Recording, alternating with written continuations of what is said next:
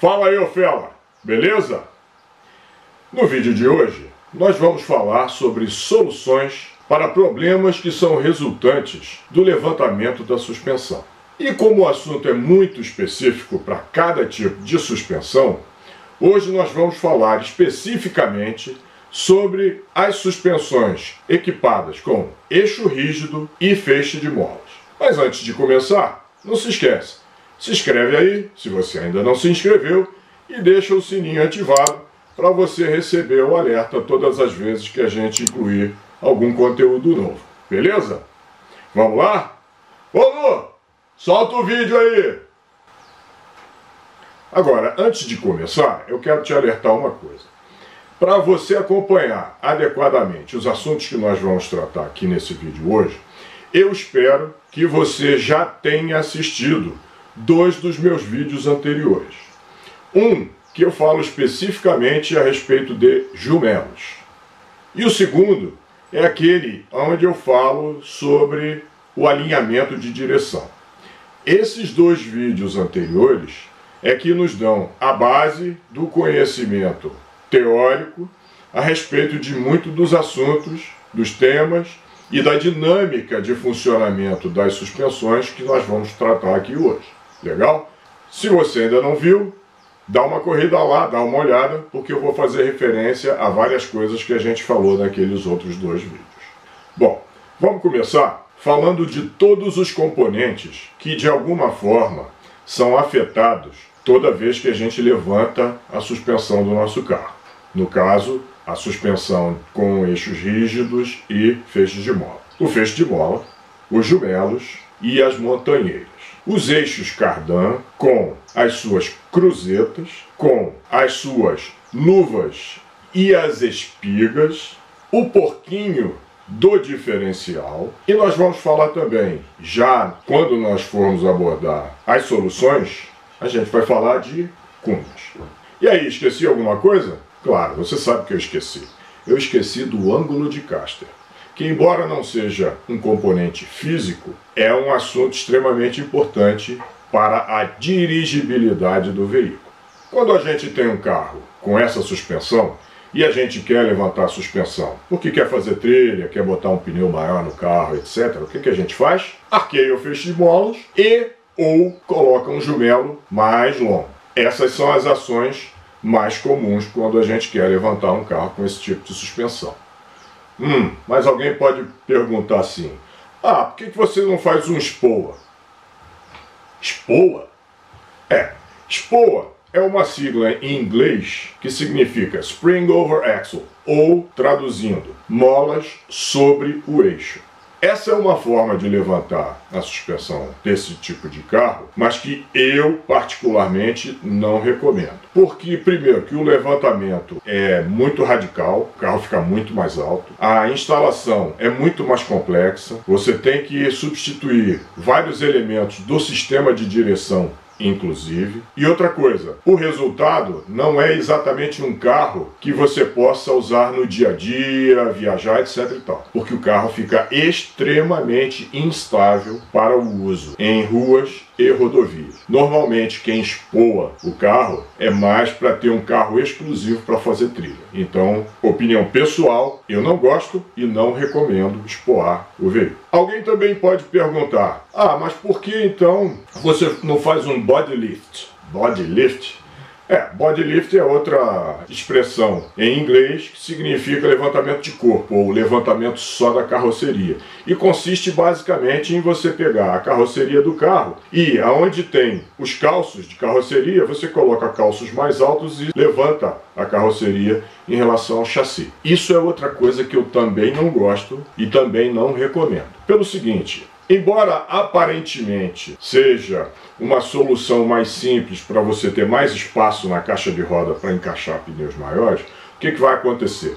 Quanto mais alto o calço de carroceria, mais longo tem que ser o parafuso que prende a carroceria ao chassi. E aí o que acontece é que o esforço angular sobre esses parafusos mais longos aumenta uma barbaridade. Em caso de acidente, a carroceria pode até mesmo se desprender do chassi, causando uma desgraça maior. Então, na outra maneira de fazer um levantamento que eu particularmente não gosto. Mas vamos voltar aqui à opção de ou arquear o feixe de mola ou colocar um jumelo mais longo. E primeiro a gente tem que entender uma coisa. Toda vez que a gente arqueia um feixe de mola, isso aqui é o modelo que eu montei para o vídeo dos jumelos, isso aqui é o chassi e isso aqui seria o feixe de mola. Esse lado de cá é o lado do jumelo, que eu não coloquei aqui o jumelo de mentirinha hoje. E aqui seria a montanheira, que é a parte fixa do feixe de mola que não se movimenta. Ela fica firmemente presa no chassi. Então uma coisa que a gente tem que entender é que, repara essa distância daqui até aqui. Quando a gente arqueia o feixe de mola, o comprimento total do feixe de molas encurta. E ele encurta sempre em direção à montanheira, a parte fixa. Porque quando você arqueia, repara, o jumelo te permite a articulação e ele vai embora junto com as lâminas do feixe de mola. Mas a montanheira está lá fixa. E o que é que acontece? Qual é a segunda consequência do arqueamento? Além do feixe de molas encurtar, ele leva o eixo junto. E o eixo vai embora. Ele se movimenta sempre na direção da montanheira, ou seja, da parte fixa do feixe de mola. Dá uma olhada nesse pedaço de vídeo que eu fiz no vídeo dos jumelos, para você perceber como que na hora que você arqueia o feixe de molas, o jumelo se movimenta no sentido de ficar mais em pé. Por quê? Porque o comprimento total do feixe de mola, ele diminui. Então, visto isso, vamos começar a listar as consequências de um levantamento de suspensão através do arqueamento do feixe de molas ou da instalação de um jumelo mais longo. Então, como você viu no pedacinho de vídeo que eu mostrei, o que vai acontecer? Primeiramente, o jumelo vai ficar cada vez mais na vertical. Isso vai transformar a suspensão do carro numa suspensão que vai quicar mais, deixando o carro mais desconfortável. Então, essa é a primeira consequência. A segunda, que nós acabamos de discutir aqui, é que o eixo, ele se movimenta em direção à montanheira, a parte fixa do feixe de mola. Lembre-se, todas essas maquetes que eu estou mostrando, esses pedaços de vídeo, são dramatizações para mostrar esse movimento. É claro que lá no carro, essas movimentações são de centímetros e às vezes milímetros, mas esses milímetros são suficientes sim para provocar alterações significativas no comportamento da suspensão e da transmissão do carro. Como também é bastante óbvio de perceber, o eixo ele se afasta do chassi. Tá certo? Ele fica mais para baixo, mais longe. Afinal de contas, você está levantando a suspensão do carro. Uma outra consequência tem a ver diretamente com o conjunto cardan e o porquinho do diferencial. Repara, nesse outro vídeo que eu também preparei, você vai ver o seguinte. Quando o cardan e o porquinho do diferencial estão nas posições originais de fábrica, e você vai ver isso no vídeo de cima, você vai reparar que existe um ângulo entre o porquinho e o cardan. Esse ângulo eu representei com uma linha vermelha logo abaixo da barrinha de ferro, que inclusive tem uma fita crepe presa lá no canto direito dela. E isso tem uma razão. Muito bem, então esse é o ângulo original em que o porquinho e o cardan trabalham. Repara que conforme eu levanto a suspensão do veículo, ou seja, eu afasto o eixo do chassi, o ângulo entre o porquinho e o cardan, ele vai ficar mais fechado. Então, este ângulo vai mudar completamente. No vídeo da parte de baixo, você vai reparar que esse novo ângulo já está representado por uma linha azul. E dá para notar tranquilamente que o ângulo da linha vermelha é completamente diferente do ângulo da linha azul. E a outra coisa é o seguinte, repara lá no canto da barrinha de ferro, aonde tem a fita crepe, quando o porquinho chega lá embaixo, o cardan, que é representado por essa haste, ele precisa de mais comprimento para chegar no porquinho. Ou seja, na prática, como na hora que você levanta a suspensão, você não está alongando o cardan, o que acontece? O conjunto espiga e luva do cardan, eles funcionam como macho e fêmea. Você já reparou como é que é o esquema de espiga e luva? A espiga é o macho e a luva é a fêmea. Então, conforme a suspensão levanta e abaixa, aquilo ali tem um movimento de entrada e saída. Então, se você está abaixando o porquinho e o porquinho está se afastando do chassi, o que acontece é que a espiga e a luva, elas vão também se afastar. Repara, nessa foto que eu estou mostrando agora, de um conjunto de espiga com cardan, em que a suspensão desse carro foi levantada. Repara que a parte lubrificada, ela está inclusive exposta. Antes, quando essa suspensão estava na altura original, essa parte lubrificada não aparecia. Reparou? Então, essa é uma prova visual de que a espiga e a luva do cardan estão se separando. Vamos chegar lá. Agora, lembra que eu falei que o eixo, ele se movimenta sempre em direção à parte fixa do feixe de mola? Ele se movimenta em direção à montanheira. Repara uma coisa, nessa maquete aqui, eu estou representando um feixe de molas em que a montanheira está lá no meio do chassi e o jumelo está aqui na frente, na ponta do para-choque. Estamos falando aqui do eixo dianteiro. Porém, existem veículos em que o jumelo fica lá atrás e a montanheira fica aqui presa, pertinho do para-choque. Então repara, nesses casos, essa distância que o eixo anda em direção à montanheira vai fazer o porquinho do diferencial se afastar ainda mais da caixa de câmbio, provocando uma separação ainda maior entre a luva e a espiga. Isso é importante saber e é importante que você identifique qual é o tipo de posicionamento que a montanheira e o jumelo têm no seu carro. Porque, por exemplo, alguns Jeeps Willys, eles têm essa posição invertida. A montanheira fica perto do para-choque e o jumelo fica lá atrás no meio do chassi. Então, nesses casos, um levantamento de suspensão, um arqueamento de feixe de mola vai fazer o porquinho do diferencial se afastar ainda mais da caixa de câmbio. Agora, vamos olhar para o que acontece com o ângulo de caster. Novamente, eu estou demonstrando na maquete um eixo dianteiro. E veja, embora essas consequências que eu falei até agora ocorram tanto no eixo dianteiro quanto no eixo traseiro, é claro que a alteração do ângulo de caster, que é o que nós vamos ver agora, só acontece no eixo dianteiro. Então, olha para esse pedaço de vídeo. Repara que eu botei um nível laser coincidindo com o ângulo de caster original, que é representado por essa barra vertical. Então você vai ver que essa barra vertical aqui, ela está coincidindo direitinho com a linha vertical do nível a laser. Repara quando a gente faz o arqueamento do feixe de molas, que é o movimento para baixo que eu estou fazendo, repara como essa barrinha vertical, ela altera o ângulo de caster em que o eixo dianteiro vai trabalhar. A parte de baixo da haste, ela vai cada vez mais para trás. Ou seja, isso significa que você está atrasando o ângulo de caster. E se você viu o vídeo em que eu falo sobre alinhamento de direção, você vai se lembrar que um ângulo de caster mais positivo, ele tem uma propriedade física que é de alinhar automaticamente as rodas dianteiras. Normalmente, esses veículos que trabalham com feixe de mola, eixo rígido, normalmente eles têm um caster que não tem regulagem. Você leva no alinhador de direção, aquele ângulo de caster não tem regulagem. Por quê? Porque é a ponta do munhão do eixo é que determina se o ângulo de caster está como original de fábrica ou não. É através daqueles rolamentos, aquelas regulagens, aquilo tudo.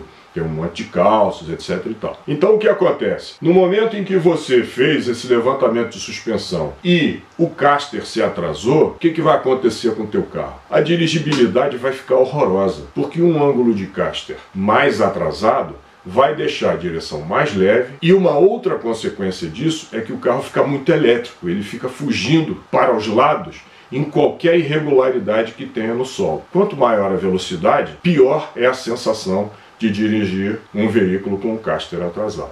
Então todas essas coisas que a gente falou até agora, que são as consequências do levantamento de suspensão, de alguma forma a gente tem que corrigir para não ficar com o carro todo errado, com o funcionamento das coisas da pior maneira possível. Lembra que o ângulo que o cardan faz com o porquinho do diferencial, quanto mais fechado esse ângulo é, mais trepidação causa. É uma coisa extremamente desagradável. Isso especialmente no eixo traseiro. Por quê? Porque você anda muito mais em 4x2 do que em 4x4. Então, o porquinho traseiro junto com o cardan traseiro, você saiu de carro e eles estão girando. Já o eixo dianteiro, você vai sentir menos essa vibração. Por quê? Porque o porquinho e o cardan dianteiro, eles só vão girar juntos quando você começar a usar o carro na situação 4x4. Então, todas essas coisas que a gente falou até agora, tem, de alguma maneira, algum tipo de correção. E é disso que nós vamos falar agora. Então, uma das primeiras soluções que você pode aplicar no seu carro é a instalação de cunhas. O que a cunha vai fazer? Onde a cunha fica? Onde ela deve ser instalada? Repara nessa foto aí, onde eu estou mostrando um carro em que já existe uma cunha instalada. Então, o que essa cunha faz? Ela é instalada entre o feixe de molas e o eixo. E qual é a consequência da instalação de uma cunha? É corrigir o ângulo de giro que o eixo sofreu com o levantamento de suspensão. Então repara, a cunha, por exemplo, colocada num eixo traseiro, vai fazer, por exemplo, com que, veja, vamos partir do momento zero em que você tinha o carro com a suspensão original. Está lá o ângulo em que o porquinho está fazendo com o cardan. No momento em que você levantou a suspensão do carro, o ângulo fez isso. Estou dramatizando, certo? Se você colocar uma cunha com a parte mais alta para a frente nos feixes de mola, o que essa cunha vai provocar? Ela vai provocar uma correção de volta do ângulo que o eixo traseiro girou. Então você vai trazer o porquinho de volta para um ângulo adequado e ficar o mais reto possível em relação ao cardan. Isso acontece seja no eixo dianteiro ou no eixo traseiro.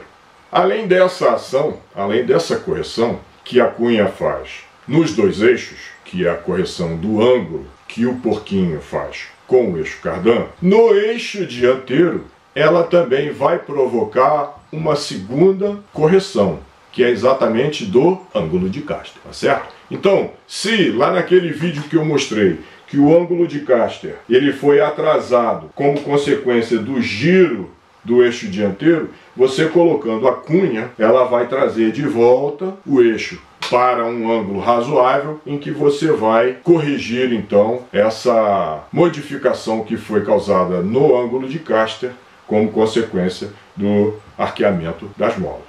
É claro que isso daí você vai ter que experimentar. Em qualquer moleiro, qualquer posto de molas, você encontra esse tipo de cunha. E elas têm medidas diferentes de altura, né? E a diferença de altura entre a parte mais alta e a parte mais baixa. Toda cunha, é claro, tem um furo no meio, porque ela tem que ser instalada ali para não escapar, ela fica presa no pino central do feixe de mola. Então ela fica firmemente presa ali. Então essa cunha você encontra em qualquer posto de mola, em qualquer moleiro. E existem cunhas de alturas diferentes, e aí você faz experiência para ver qual é o tamanho, qual é a altura de cunha mais adequada para a altura que você alterou a tua suspensão. Então você vai ver qual é a cunha que se adequa melhor para a correção que você precisa fazer. Mas aí lembra que eu falei que em alguns carros a montanheira no eixo dianteiro ela fica na frente, e que aí o que acontece? O porquinho do diferencial ele vai se afastar ainda mais da caixa de marcha. Nesses casos, quando você coloca a cunha para corrigir o ângulo de caster, sabe o que vai acontecer? Vai piorar ainda mais o ângulo que o porquinho vai fazer com o cardan. Porque, na verdade, o movimento que você quer fazer para corrigir o ângulo de caster do teu eixo dianteiro, o movimento é esse, para que o ângulo de caster fique mais positivo, ou que chegue de volta a zero, que é o que acontece em muitos carros que têm eixo rígido, que trabalham com ângulo de caster zero.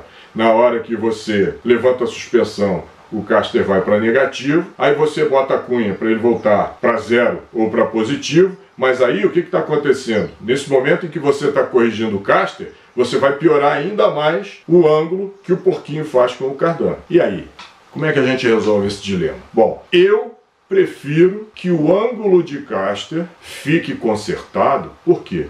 Porque você usa o carro 95% do tempo em 4x2. Em 4x2, o conjunto de porquinho e cardan estão parados, eles não estão girando. Porém, o ângulo de caster vai afetar a dirigibilidade do teu carro 100% do tempo. Então, é preferível que você coloque a cunha, conserte o ângulo de caster e quando você for usar o veículo numa situação 4x4, você já sabendo dessa limitação ou desse problema que tem esse ângulo mais fechado entre o porquinho e o cardan, você pode dirigir, tocar o carro com um pouco mais de cuidado. É claro que você não vai usar o carro em 4x4 com esse ângulo em velocidades muito altas. Por quê? Porque quanto mais alta a velocidade e tendo esse ângulo cada vez mais fechado, a vibração que vai acontecer na cruzeta, que a cruzeta é um elemento que existe exatamente para permitir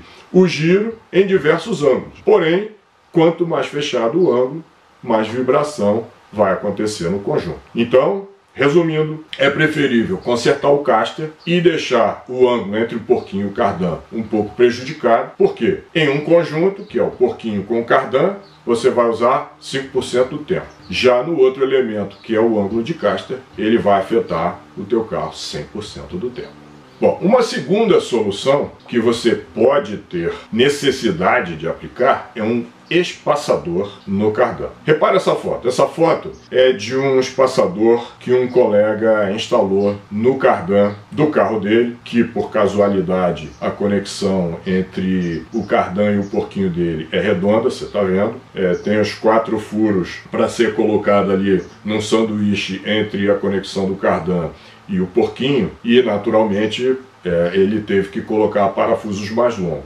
Então com isso ele compensou. Lembra que eu comentei que a espiga e a luva elas podem se afastar tanto que pode ficar perigoso? Então o que ele fez? Ele colocou esse espaçador lá atrás para trazer de volta a espiga e a luva para um nível de inserção de volta ao original. Olha essa outra foto. No caso de uma conexão quadrada, que é essa que eu estou mostrando, entre o cardan e o porquinho, aquela ali da seta é a posição adequada para você colocar o espaçador. O espaçador, se a necessidade de alongamento do comprimento total do cardan for superior a 1 centímetro, eu recomendo você já não fazer através do espaçador. Aí eu acho que a solução adequada é você tirar o seu cardan, levar numa casa especializada em cardãs, para que eles cortem o cardan, soldem um alongamento no meio do eixo cardan, porque vai ser uma solução mais adequada. A gente não quer que essa conexão lá entre a ponta do cardan e o porquinho tenha um espaçador muito longo, tenha parafusos muito longos. Em alguns carros, a inserção desse parafuso ali no buraco é uma coisa complicada porque tem pouco espaço, então tem que ser muito bem avaliado. E outra coisa, essas peças que são espaçadores são peças pesadas, porque assim como a cunha, são peças de ferro maciço. Então pode começar a significar um peso excessivo ali naquela conexão. Então, olhe com isso e avalie bem se a tua solução mais adequada é o espaçador ou o alongamento efetivo do eixo cardan. A terceira e última solução que eu quero comentar com você é a substituição dos jumelos do teu carro por um outro modelo de jumelo que surgiu no mercado há poucos anos e que a turma costuma chamar de jumelo conforto. Olha essa foto. Esse modelo de jumelo, ele muda completamente a dinâmica de funcionamento de um jumelo. Ele transforma o carro num carro muito mais confortável. A articulação da suspensão, que é provocada pelas irregularidades do terreno e que vem pela lâmina do feixe de molas, ela não é transmitida imediatamente para a parte de cima do jumelo, ela passa pela articulação de baixo. Existem vídeos na internet, se você procurar por Jumelo Conforto, existem vídeos onde são colocadas câmeras ali, exatamente ao lado da posição do jumelo, com o carro trafegando em vias com muitos obstáculos e tal, e aí você vai ver como é que muda completamente o funcionamento dinâmico de um jumelo. Então essa é uma excelente solução para você, mesmo que você não tenha levantado a suspensão do teu carro, se você quiser transformar o teu 4x4, que tem feixe de mola, num carro mais confortável, menos quicão, eu recomendo fortemente, pelo menos na traseira, que normalmente é onde os carros 4x4 que têm entre-eixos muito curtos, eles provocam a maior parte do pula-pula que a gente sente nos nossos veículos. Então a mudança é radical, eu recomendo que você avalie a colocação desse tipo de jumelo. Agora, no eixo dianteiro, embora o efeito seja o mesmo, e infelizmente quando a gente fica com o jumelo muito na vertical, pelo fato desses veículos terem a maior parte do seu peso colocado exatamente no eixo dianteiro, aquele batuque constante ali, vindo do chão para a suspensão e da suspensão transmitindo para o chassi, num carro em que ficou com o jumelo muito na vertical, isso, provavelmente você até já viu, pode a longo prazo causar até rachaduras no chassi, o que é uma coisa extremamente desagradável. Aliás, isso também acontece se você não cuidar direito da pressão dos teus pneus. Lembra que eu vivo insistindo para você dar uma olhada naquele meu vídeo em que eu falei sobre pressão dos pneus e quais são as alternativas que a gente tem num veículo 4x4 para trabalhar a pressão dos pneus para que você possa ter conforto e a performance adequada em cada tipo de piso diferente que você vai trafegar. Mas eu tenho uma certa restrição com relação a esse tipo de jumelo conforto na frente do carro, no eixo dianteiro. E por quê? Porque normalmente o carro 4x4, quando o jumelo fica lá na frente, perto do para-choque dianteiro, o que acontece? A própria posição do jumelo já faz com que o carro perca muito ângulo de ataque. Você sabe o que é o ângulo de ataque? Vou mostrar uma foto aqui do ângulo de ataque.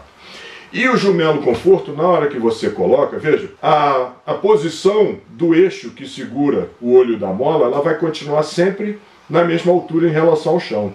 Mas o jumelo conforto, ele traz uma desvantagem que ele tem uma articulação que fica ainda mais embaixo. Então, eu particularmente, como eu uso o meu carro em algumas situações off-road, o que aconteceu? Eu preferi não colocar o jumelo conforto no eixo dianteiro exatamente para não perder mais ainda o ângulo de ataque do carro. É isso, Fel. Então, com essas 3 soluções que eu indiquei, você vai resolver a maior parte dos problemas que resultam de um levantamento de suspensão como esse. Se você gostou, deixa aí o seu like e até o próximo vídeo. Um abraço.